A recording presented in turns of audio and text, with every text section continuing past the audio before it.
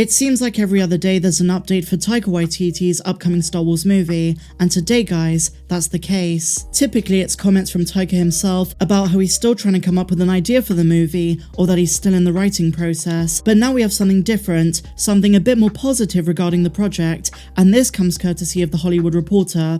So according to their Heat Vision blog, Taika Waititi's untitled Star Wars movie is going to begin filming sometime in early 2023, and they say it's according to multiple sources, so not just a wild rumor. This is according to some of their most trusted sources, but the outlet does add the caveats that plans could change very easily, as is the case with Lucasfilm, but as of this moment guys, Waititi's film is going to begin filming next year. And if that's the case, a massive if, then it looks like it will hit the 2025 release date, or maybe even sooner in 2024. But there is so much confusion around the film right now, not only his film, but Star Wars movies in general, and stay to the end of this video because we're going to be discussing Star Wars' massive film problem. Now, the saga of events surrounding Taika's film is a bit confusing in and of itself. We've had mixed messages from Kathleen Kennedy and Taika. Kennedy herself said back in May that the movie would release in late 2023, but ever since, the director himself has rebuffed those claims and revealed he's still in the writing process. He's not even sure that when all is said and done and he's got a script, that the project will even be greenlit. The amount of uncertainty is astounding. If Taika's movie is looking to film in early 2023, then it's more than likely we'll see the project sometime in 2024.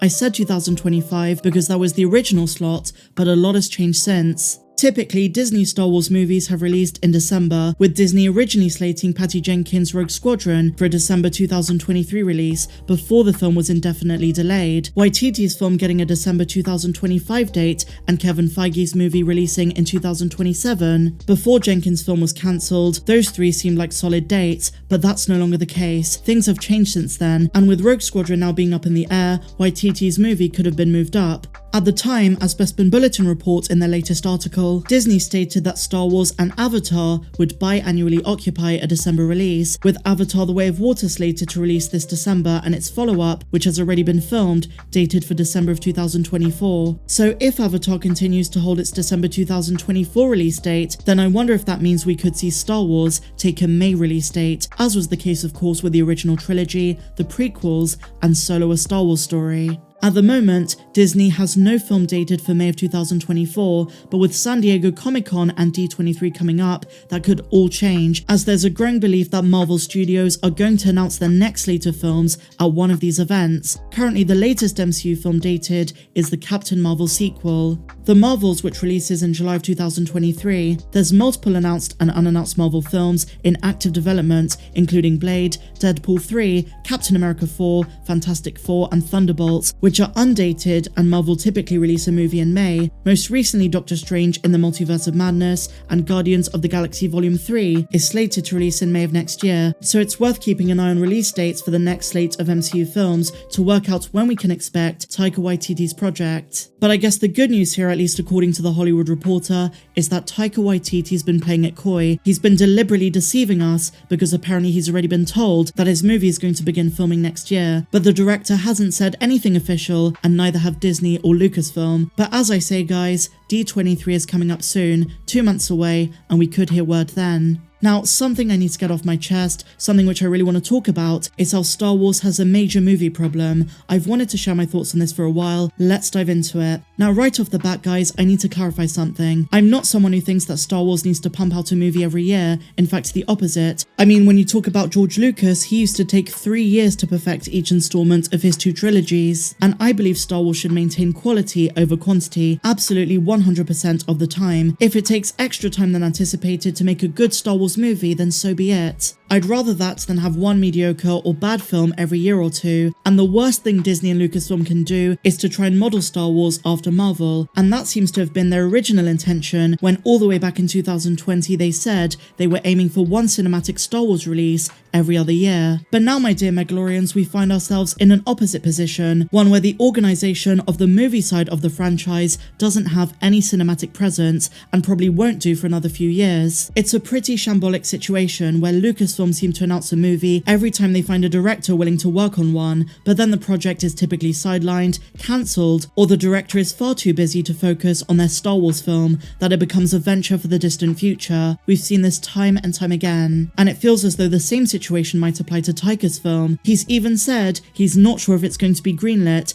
Now look, I think it's a great thing that Disney Plus has become a platform for Star Wars to thrive, but as I've said in past videos, they should not let the franchise lose its relevance on the big screen, and by the time that Taika's film releases, if it does, it would have been 6 years since the previous Star Wars movie came out, and that's a big if, in the best case scenario. I can't imagine Disney being too pleased with this output from Lucasfilm. It'd be very different if they had a concrete plan and production schedule, if we knew for certain when the movies were coming out, and there was more of a solid vision for the movies and direction of the franchise, then waiting a few extra years would be worth it. But right now, even as Kathleen Kennedy admitted to Vanity Fair, Lucasfilm are still figuring out what Star Wars needs to be in 2022. The principal creative team are still working out what the future of Star Wars movies is, something which I think should have been a priority as soon as The Rise of Skywalker came out. So going forward, to not get fans' hopes up, Lucasfilm should not make a public deal of hiring a director for a project, but only announce it when they have a trailer, or at least when the movie's in early development. That's just my 2 cents on the issue though. But at this stage, we can't deny that Star Wars has a massive movie problem. The bright side to all of this though is that we're fortunate to be getting as much Disney Plus Star Wars